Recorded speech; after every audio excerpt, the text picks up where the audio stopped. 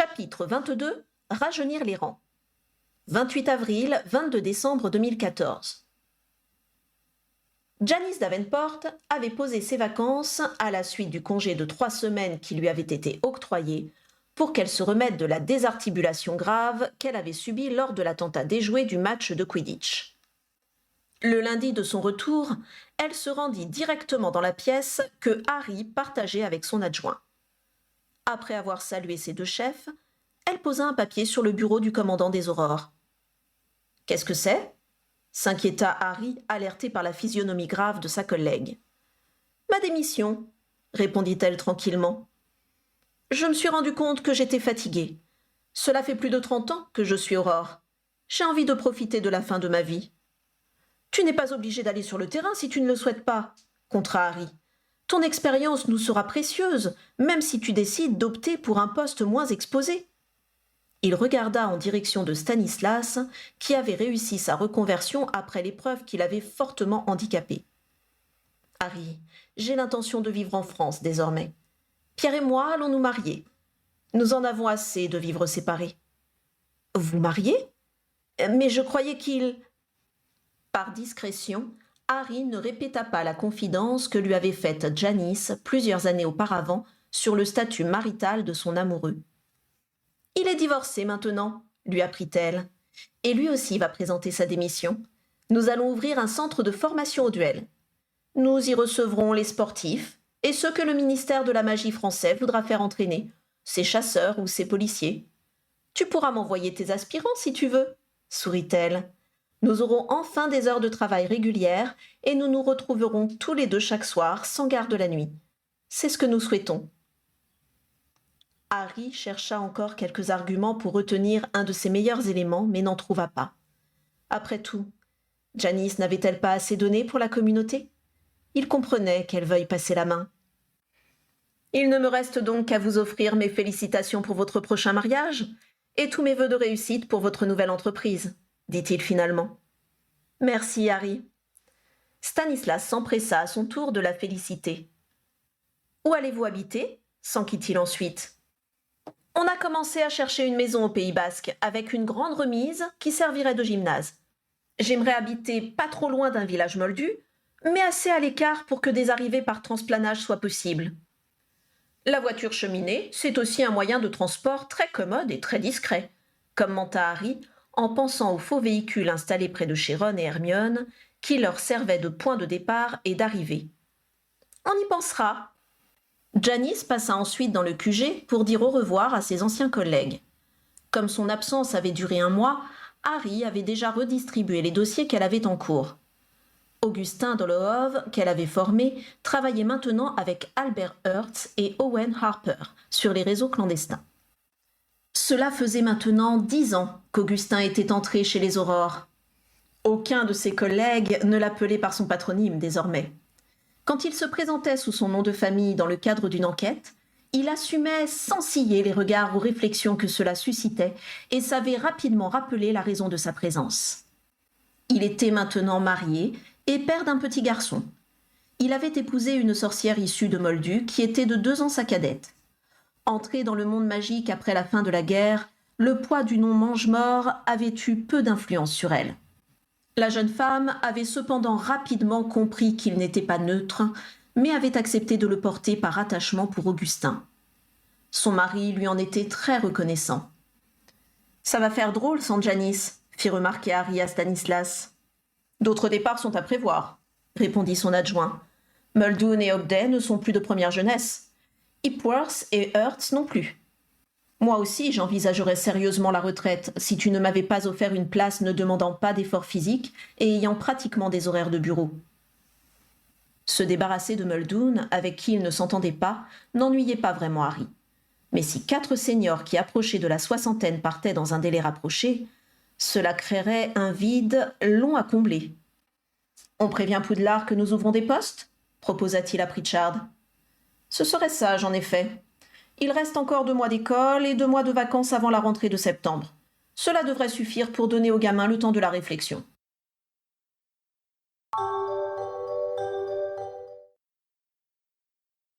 2 semaines avant que les vacances d'été ne ramènent Teddy et Victoire de Poudlard, le sort s'abattit sur Neuville-Londubat. Après le décès de sa mère, prise de langueur 1 an auparavant, son père échappa à la vigilance du personnel infirmier et sortit dans la rue. Il n'alla pas loin et fut récupéré dans l'heure. Mais les années passées sans sortir l'avaient fragilisé, et malgré la douceur relative du mois de juin, il attrapa une pneumonie qui l'emporta en 1 semaine. En apprenant la nouvelle, Augusta, la grand-mère de Neuville, s'effondra. Elle décéda 3 jours plus tard, sans avoir repris connaissance. C'est avec beaucoup de tristesse et d'inquiétude pour son camarade que Harry se rendit aux 2 enterrements consécutifs. Il imaginait le désarroi de son ancien condisciple, mais se sentait impuissant à alléger sa peine et son sentiment d'abandon. La professeure McGonagall abandonna ses élèves en train de passer leurs examens de fin d'année pour porter un dernier hommage à son amie de classe. À la demande de Neuville, elle fit l'homélie funèbre, car elle était celle qui la connaissait depuis le plus longtemps. Elle parla de la jeune fille pleine de rêves, de son mariage malheureusement interrompu par son veuvage précoce, de la perte de son fils et de tout l'amour qu'elle avait reporté sur son petit-fils. Elle décrivit l'immense tendresse qu'elle avait eue pour Neuville, qu'elle cachait sous des paroles bourrues comme si elle avait eu peur, en avouant ses sentiments, d'attirer sur lui le malheur qui avait déjà durement frappé les Londubat. Beaucoup de monde était venu aux 2 enterrements. Si les premières années de Neuville à Poudlard avaient été solitaires, sa pugnacité à Poudlard durant l'année des ténèbres l'avait révélé, et il avait ensuite gardé le contact avec un certain nombre de ses condisciples de l'époque. Il était également très apprécié de ses collègues herboristes qui fleurirent à profusion la tombe des disparus. Il pouvait enfin puiser du réconfort auprès de son épouse Anna et leurs 2 enfants qui avaient 4 et 6 ans. « Je suis en train de réaliser que mon travail pour la Coupe du Monde de Quidditch va me faire rater les 2 mois d'été chez mes parents, » soupira Ginny alors qu'ils rentraient chez eux. « Ils vont bien et seront encore là à ton retour, » tenta de l'apaiser Harry. « Mais au fait, pourquoi nous ne te rejoindrions pas ? Je suis certain que les garçons seraient contents de voir un match de Coupe du Monde. C'est une excellente idée, mon chéri !»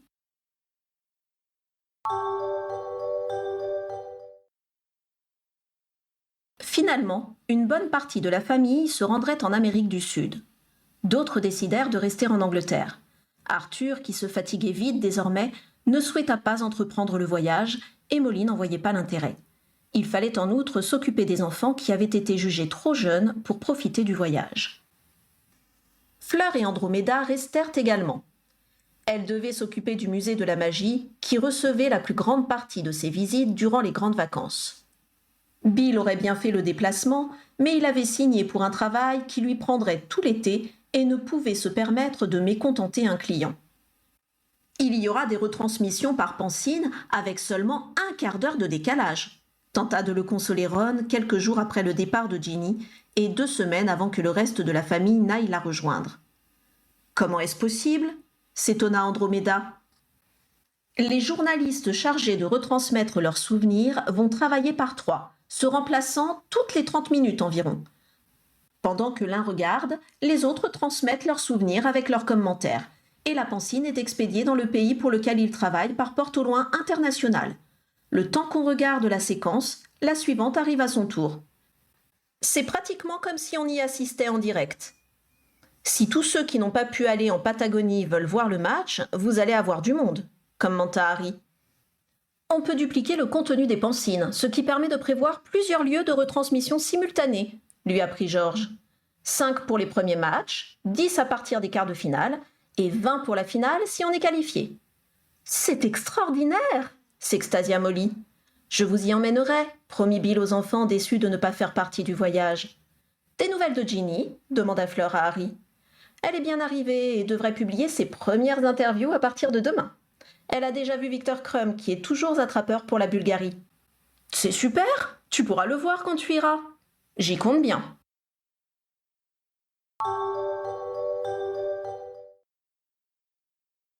Le début de l'été s'était écoulé tranquillement. Il n'y avait pas eu de grosses affaires au bureau des Aurores, ce qui avait permis à Harry de travailler modérément et d'accorder des congés à ses subordonnés. Avec Stanislas, il avait épluché la quinzaine de candidatures qu'ils avaient reçues. Ils n'avaient finalement pas limité leur recrutement à Poudlard, mais avaient fait paraître dans la Gazette du Sorcier une petite annonce invitant ceux qui auraient voulu se présenter les années précédentes à le faire. Souhaitant rajeunir leur rang, ils avaient cependant limité leur offre aux sorciers âgés de 18 à 26 ans. La semaine qui précéda le départ de Harry, ils reçurent les 10 candidats dont ils avaient retenu le dossier. 3 venaient de Poudlard, 3 appartenaient au service de police magique, et 2 autres étaient briseurs de sorts. Il y avait également un apprenti médicomage et un homme qui semblait revenir d'un long périple autour du monde. Pour l'entretien de motivation, Harry s'adjoignit l'aide de Stanislas et de Primrose Duckworth. Il avait hésité entre elle et une aurore de la nouvelle génération, Alicia ou Angelina, mais avait finalement opté pour l'expérience. Primrose s'était bien adaptée aux nouvelles procédures et avait très bien formé les aspirants qu'on lui avait confiés. Les 3 plus jeunes, qui venaient de passer leurs aspics, avaient de la fonction d'Aurore une vision très romantique, remplie de traques et de duels. Harry leur parla des preuves, de la paperasse et des méthodes d'investigation. Un seul sut s'adapter au discours qu'on lui tenait et poser des questions pertinentes. Harry connaissait les 3 policiers qui étaient des fidèles des entraînements du samedi matin. 2 étaient assez vifs et maîtres de leurs nerfs pour recevoir les formations particulières de combat contre la magie noire réservées aux aurores. Celle qui venait de terminer une formation en médicomagie plaida sa cause avec passion, indiquant qu'être aurore avait toujours été sa vocation, mais que, faute de poste l'année où elle était sortie de Poudlard, elle avait choisi une autre voie. Le globe-trotteur leur sembla intéressant par sa curiosité d'esprit et son ingéniosité. Il avait vécu plusieurs mois parmi les moldus sans baguette, pour voir comment ils arrivaient à se débrouiller. Il avait tout au long de son périple logé chez l'habitant, gagnant sur place de quoi se nourrir, s'abriter et payer les moyens de transport qu'il utilisait pour se rendre d'un pays à l'autre. Traverser des contrées ravagées par la guerre lui avait donné envie de se battre aux côtés des aurores.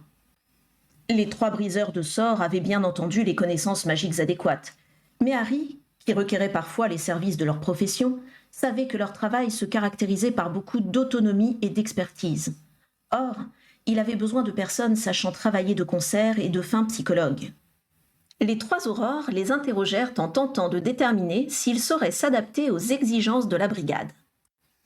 Après avoir éliminé les 2 jeunes sortants de Poudlard qui leur avaient semblé trop insouciants, 2 des briseurs de sorts qui, à leur avis, ne feraient pas l'affaire, et le policier qui ne suivrait pas le rythme, il leur restait 6 choix possibles, alors qu'ils n'avaient prévu que 4 places. « On peut en prendre 1 ou 2 de plus », proposa Harry.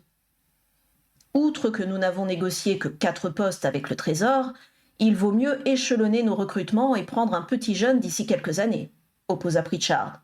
« Avant d'intégrer 2 policiers, il faudrait en évaluer les conséquences », ajouta Primrose. « Potter, tu n'aimerais pas qu'on te débauche un de tes hommes après que tu l'as formé. Le commandant Watchcover ne va pas apprécier. » Elle a raison. Si on laisse entendre qu'on fait notre marché chez les jeunes de la police, certains vont aller s'y engager dans l'attente qu'on ouvre un poste.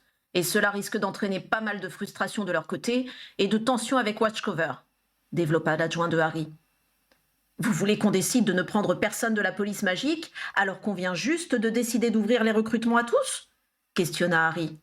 Revient-on à l'ancienne procédure qui nous limite à ceux qui sortent de Poudlard ? On n'aurait qu'un candidat potable cette année, rappela Primrose. Effectivement, approuva Harry. Donc, on prend tous les corps de métier, sans exception pour les policiers. Dans ce cas-là, limitons-nous à Helena Rastrick, suggéra Stanislas. Elle a 26 ans et 8 ans de service dans la police magique.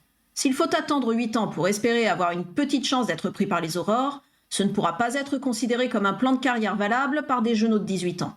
On pourra faire valoir ça à Watchover. On peut lui dire qu'on a 3 candidatures, sans dévoiler leur nom, et qu'on a bien envie de les accepter, réfléchit Harry. Une fois qu'il aura changé de couleur, on indiquera qu'on ne veut pas le dépouiller et qu'on se limite à une seule personne, et pas la plus jeune pour ne pas donner l'impression que la police magique est un stage pour devenir aurore. Bonne tactique, mais cela ne va pas l'empêcher de demander une contrepartie, prévint Pritchard. Logique. On lui renverra l'ascenseur d'une manière ou d'une autre, décida Harry. Tout le monde est d'accord pour Rastrick ? Elle est excellente en duel, grâce à sa bonne appréciation des situations et capacités tactiques. C'est une très bonne enquêtrice, et elle fera un très bon aurore, approuva Primrose. Entendu, accepta Stanislas. La médicomage? Elle sera précieuse pour les premiers examens sur cadavres, soutint Harry, et pourra nous traduire certains rapports un peu techniques sur lesquels on est obligé de demander des explications à Sainte-Mangouste. Il y a quand même un truc qui me chiffonne, avoua Primrose. Guérir ou envoyer des sorts paralysants pour arrêter une personne, ce n'est pas vraiment la même démarche. N'est-ce pas antinomique de passer d'un poste à l'autre comme ça? Blesser n'est pas notre but, remarqua Stanislas. On ne le fait que quand on n'a pas le choix. Protéger est notre ambition, ce qui n'est pas si loin de la guérison. La médicomagie n'est pas toujours tendre non plus. Ils luttent contre la mort, combattent la maladie, désensorcellent, constatent des maltraitances. Je pense que, d'un point de vue psychologique, c'est assez proche, sans compter les horaires tordus et les heures de garde. Vu comme ça, reconnut Primrose. Je retire mon opposition. C'est bon pour moi, accepta Harry. Le voyageur? Je sais que tu as des réserves pour les briseurs de sorts, mais lui, je le vois encore moins faire de la paperasserie et rendre compte de ses initiatives, recommença Primrose. Et, sans vouloir critiquer, avec la nouvelle loi judiciaire, on passe pas mal de temps à ça. Je ne peux pas dire le contraire, reconnut Harry. Par contre, j'ai bien envie de l'adresser à Fawcett, intervint Pritchard. Pour les enquêtes internationales, il fera un bon observateur, sachant se fondre dans le décor, quel que soit le pays où on l'enverra. Par l'intermédiaire de Stanislas qui lui envoyait chaque mois des rapports, Harry avait de temps en temps des nouvelles de Dave Fawcett, leur ancien commandant, qui avait rejoint la Confédération internationale des aurores. Il trouva l'idée excellente. Oui, tu as raison, ses capacités y seront bien mieux utilisées. C'est un gars sur lequel on peut compter pour être autonome pendant plusieurs semaines et revenir avec une tonne d'informations. Bien. Donc, il ne nous reste plus que le briseur de sorts, continua Stanislas. Moi, il m'a convaincu. Je l'ai trouvé pas mal non plus, ajouta Primrose. Je m'en remets à votre jugement, décida Harry. Parfait, conclut Primrose. Donc, je récapitule. On a 2 filles et 2 gars entre 18 et 26 ans, venant tous d'horizons différents. Ça me paraît pas mal. Plus qu'à envoyer les lettres, négocier avec Watchover et recommander notre globetrotter à Fawcett, compléta Harry. Tout devrait être réglé quand tu rentreras d'Amérique du Sud, sourit Pritchard.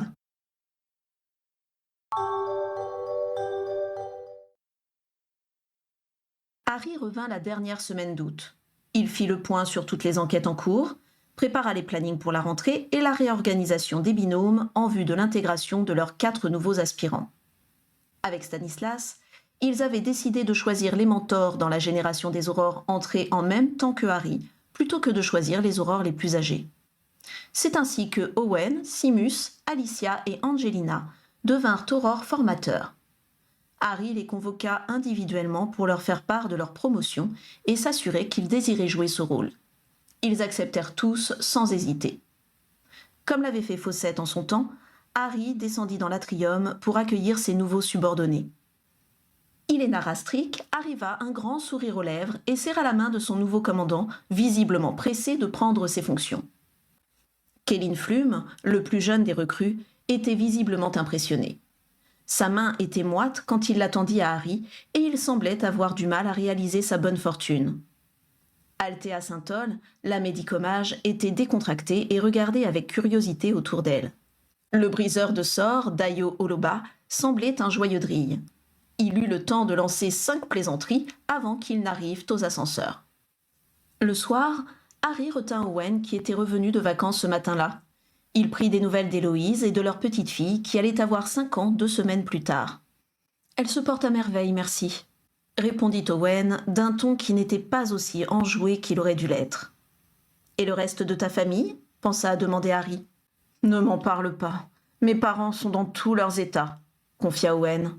« Que se passe-t-il ?»« C'est ma sœur, » explosa Owen. « Tu connais la dernière ? Elle attend un enfant. » Harry hocha la tête de son air le plus neutre. À sa connaissance, Shaline Harper n'était pas mariée. Aux dernières nouvelles, elle vivait en Chine et faisait une étude sur les boutefeux chinois. Par ailleurs, la question des naissances était un sujet délicat pour Owen et son épouse Héloïse. Tous deux avaient espéré fonder une famille nombreuse, mais ils avaient eu du mal à concevoir leur fille et ils n'avaient pas eu de second enfant. Harry comprenait que la grossesse de la sœur célibataire d'Owen puisse les perturber. Owen continua, ayant manifestement besoin de se confier. Elle affirme qu'elle veut l'élever toute seule car elle n'aime pas assez le père pour faire sa vie avec lui. Elle dit qu'il a proposé de donner de l'argent, mais qu'il n'a jamais voulu d'enfant et qu'elle n'a pas le droit de le lui imposer. Elle ne pouvait pas y penser avant. Elle croit que c'est facile de s'occuper d'un gamin, de le suivre toute son enfance et son adolescence. Et de quel droit le prive-t-elle d'un père? Savez-vous qui c'est? S'enquit Harry, qui ne jugea pas utile de répondre à la question de principe. D'après elle, on n'a pas besoin de le connaître puisqu'il n'interviendra plus dans sa vie, l'informa Owen d'une voix agacée. À mon avis, il est marié et elle veut éviter un scandale. Il est peut-être chinois et a une culture trop différente de la nôtre pour qu'elle veuille faire sa vie avec lui, supposa Harry. C'est possible aussi. On le verra vite dans ce cas, commenta Owen d'un ton pratique. Contrairement au monde moldu, l'apparence ethnique chez les sorciers était assez peu prise en compte. La volonté de ne pas se mêler avec des moldus avait été la plus forte, et pour éviter l'endogamie, les sorciers avaient préféré se marier à l'étranger qu'avec des non-sorciers. Les couleurs de peau étaient donc assez variées dans la communauté sorcière anglaise. Par contre, leur système culturel rigide imposait à tous de se plier aux habitudes magiques du pays. La magie pratiquée en Angleterre était très différente de celle connue en Afrique, en Asie ou en Amérique du Sud. Les immigrés étaient supposés l'abandonner et envoyer leurs enfants à Poudlard pour qu'ils soient instruits dans les règles de l'art. Cela avait été un choc pour certains sorciers de découvrir en visitant le musée de Ginny que cette immigration avait largement enrichi la magie anglaise au cours des siècles. En tout cas, continua Owen, mes parents ne le prennent pas très bien. Ils m'ont même demandé de lancer une enquête pour savoir qui est ce fichu père. Tu te rends compte? Tu peux leur répondre que ton commandant refuse de t'envoyer en Chine, répondit Harry en souriant. Ouais, je vais leur dire ça, grogna Owen. Si ça se trouve, c'est un moldu et elle n'a pas voulu le leur dire. Ça les ennuierait? S'enquit Harry, qui avait eu l'impression que la pureté du sang devenait de moins en moins importante, même chez des familles traditionnalistes. Ça les aurait ennuyés il y a 10 ans, reconnut Owen. Maintenant que Shaline a dépassé la trentaine, ils sont prêts à accepter tous les mâles qui accepteraient de lui mettre la bague au doigt. Harry savait par les confidences de son ami que Shaline avait depuis longtemps affirmé son attirance pour les dragons, aux grandes dames de ses parents. Il n'était pas d'accord pour qu'elle passe sa vie à travailler dans des réserves, travail bien trop dangereux et pas assez féminin à leurs yeux. Elle les avait habilement rassurés en acceptant de continuer ses études en s'inscrivant à une formation de vétérimage, tout en prenant, sans leur dire, l'option créature magique. Elle avait ensuite profité de tous les échanges étudiants possibles, ce qui lui avait permis de voyager comme elle le désirait, de faire des stages en contact avec les grands sauriens, tout en gardant la possibilité de faire carrière dans l'enseignement ou la recherche. Toujours selon leur fils, les Harper avaient été déçus qu'elle s'installe si loin, mais elle rentrait régulièrement en porte au loin pour les voir. Owen, formé à détecter les sortilèges de dissimulation, était certain qu'elle cachait régulièrement des brûlures et était davantage en contact avec des dragons qu'elle ne l'avouait. Il n'en avait pas parlé à ses parents, ne voulant pas les inquiéter. La décision de leur fille d'élever seule son enfant les contrariait beaucoup. Harry songea que dans 10 ans, il serait sans doute finalement heureux d'avoir ce petit enfant, même s'il était né hors mariage. Mais il garda ses réflexions pour lui. Il savait qu'Owen souffrait de ne pas avoir donné de descendant mâle à ses parents pour reprendre le nom des Harper. D'ailleurs, si l'enfant de Shaline s'avérait être un petit garçon, serait-ce un soulagement pour son ami? Ou une blessure morale de plus? Je suis certain que ta sœur a pensé au bien-être de son enfant et qu'elle a choisi ce qui était, à son avis, la meilleure solution pour lui, assura-t-il pour apaiser son ami. De ce que tu m'as dit d'elle, elle a la tête sur les épaules, non? Elle se donne les moyens de ses ambitions et n'a pas fait d'erreur manifeste dans sa vie jusqu'à maintenant, n'est-ce pas? Oui, c'est vrai, reconnut Owen d'une voix plus calme. Je suppose que je vais m'y faire, et mes parents aussi. C'est sa vie après tout.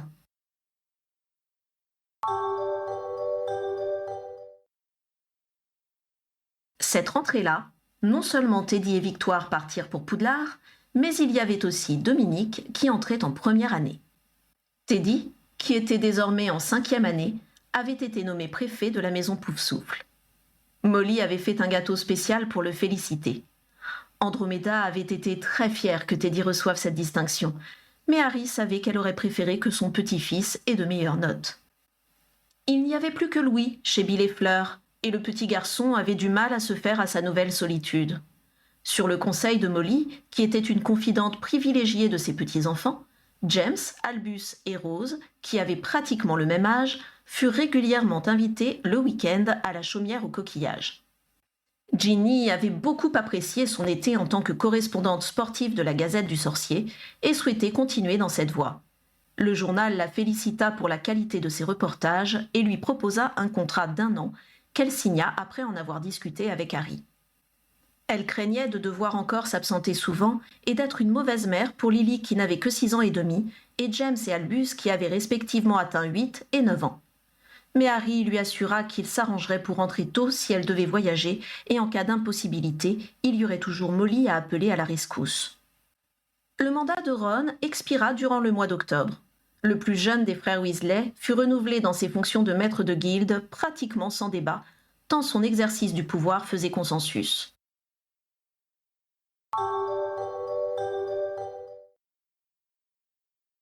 L'automne passa à grande vitesse et les vacances de Noël arrivèrent rapidement. Les étudiants revinrent de Poudlard. Dominique était enchanté de ses débuts à l'école de magie. Son intégration dans la maison de Poufsouffle s'était bien passée. Le filleul de Harry, qui se considérait manifestement responsable des jeunes de la famille, l'avait aidé à se familiariser rapidement avec le château et ses habitants. 2 jours après leur retour, en fin de journée, Harry terminait de relire un dossier qui devait être présenté au Magène Magot à la 1e heure le lendemain. Anthony Goldstein frappa à la porte de son bureau. « J'ai un jeune homme qui affirme avoir des informations à nous transmettre sur un meurtre, mais qui ne veut en parler qu'à toi, commandant. » Harry hésita. Stanislas était déjà parti et il n'avait pas envie de rentrer trop tard car Andromeda et Teddy étaient invités pour le dîner. Il songea à confier le visiteur à Anthony qui était de garde cette nuit-là. Mais quand un témoin se déplaçait, c'était généralement pour donner des informations sérieuses, ce qui était plus rarement le cas avec les lettres anonymes. « D'accord », soupira-t-il. Anthony se décala et laissa passer un jeune homme de 16 ou 17 ans. Il parut familier à Harry, qui pourtant ne put mettre un nom sur ce visage. Il l'invita à s'asseoir devant lui. « Prenez place, Mister Grimstone », répondit l'adolescent comme s'il lançait un défi. « Benjamin Grimstone. » Harry réprima un sursaut. Cette affaire datait de près d'1 décennie, mais les visions auxquelles il avait été confronté l'avaient poursuivi des années durant. Il tenta cependant de rester impassible. « Êtes-vous réellement venu témoigner sur un meurtre ?» demanda-t-il calmement. Le jeune homme secoua négativement la tête en silence avant de se lancer. « J'ai 17 ans. Je suis majeur maintenant. Je veux savoir pourquoi on m'a retiré à la garde de mes parents. » Le silence retomba entre eux, pendant que Harry se demandait comment il allait pouvoir répondre. « Je suppose que vous avez un tuteur ?» avança-t-il finalement. « Vous n'en avez pas parlé avec lui ?»« Il me dit qu'il n'y a rien à raconter, que c'était mieux pour moi et que c'est une raison suffisante, » rapporta Benjamin avec agacement. « Mais j'ai le droit de savoir, je suis majeur maintenant. »« Je comprends que vous vous posiez des questions, » fit Harry avec douceur. « Mais vous allez vous rendre compte très vite qu'il est rare que les réponses vous apportent la paix. En général, elles ne font qu'amener d'autres questions auxquelles il est encore plus difficile de trouver la réponse. » Le mélange de colère et d'exaspération que l'Aurore lut dans le regard de son vis-à-vis lui rappela une scène dans le bureau dévasté du directeur de Poudlard. Il se retrouva partagé entre le désir d'apporter un peu de sérénité à ce jeune homme et celui de le protéger d'une réalité difficile. Puis il prit sa décision. Ce que Dumbledore lui avait volontairement caché lui avait fait mal, aussi.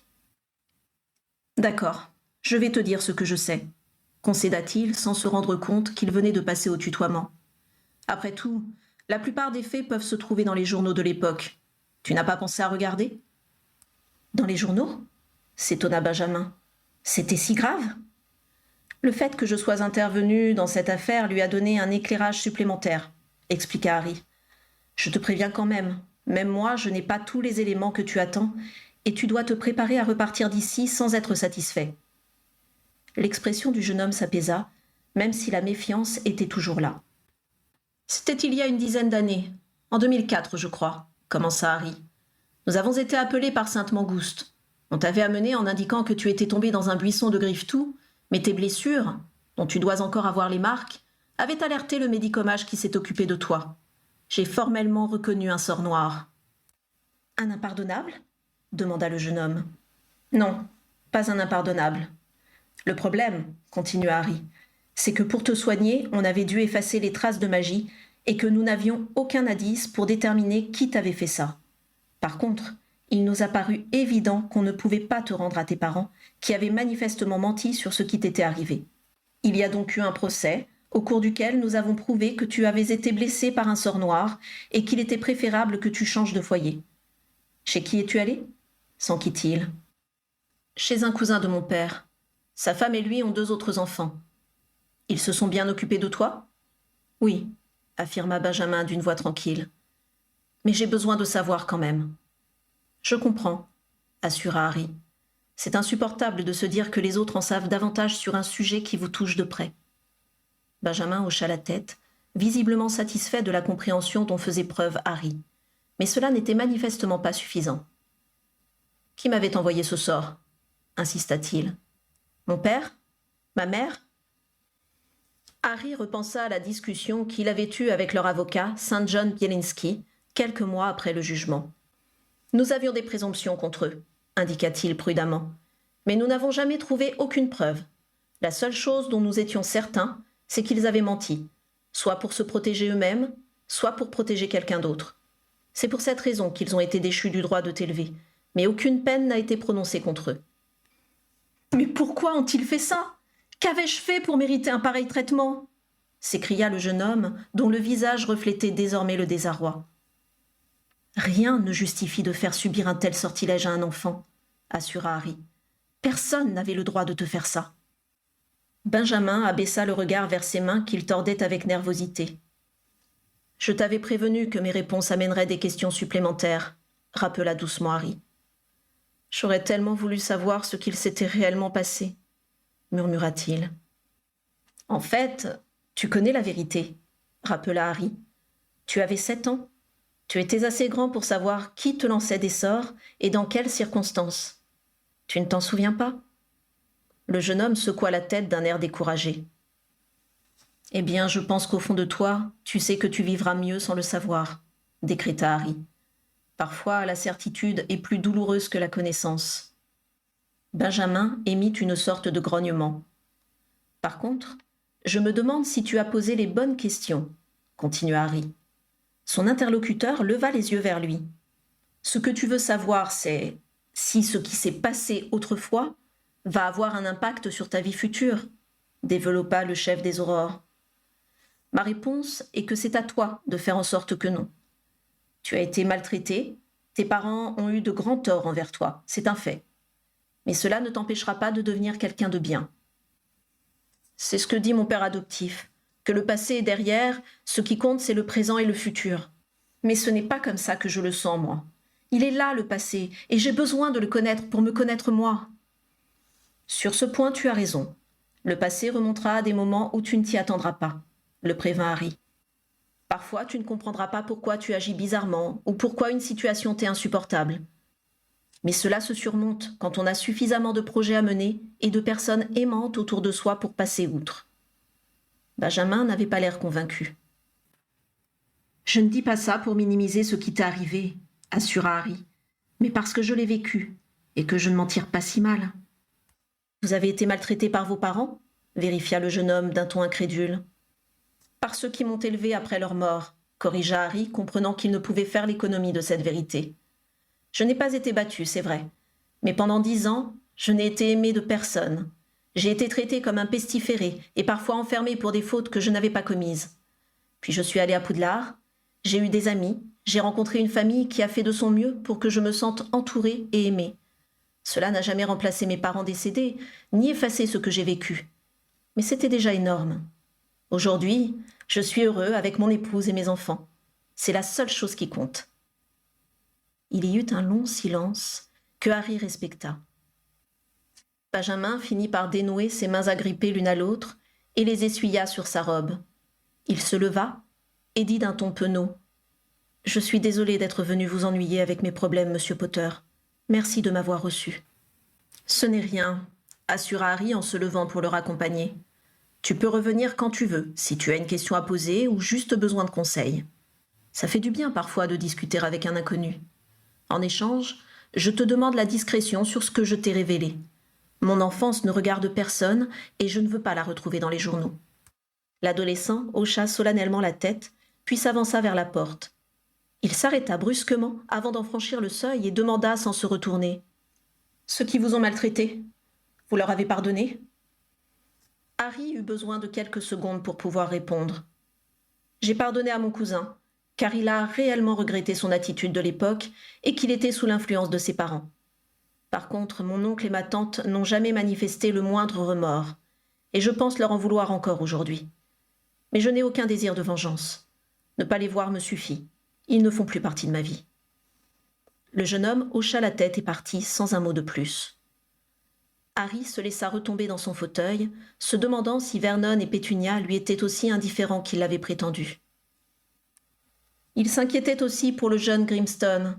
Avait-il réussi à lui dire ce qu'il avait besoin d'entendre? Était-il assez mûr pour comprendre ce que Harry avait tenté de lui transmettre? Ses pensées revinrent une fois de plus à Dumbledore. Il mesura les doutes que le directeur avait dû éprouver alors que le temps était compté et que le survivant était encore bien jeune pour recevoir son enseignement. Il y avait tant de choses à lui faire comprendre. Il lui fallut de longues minutes avant de pouvoir se replonger dans son dossier.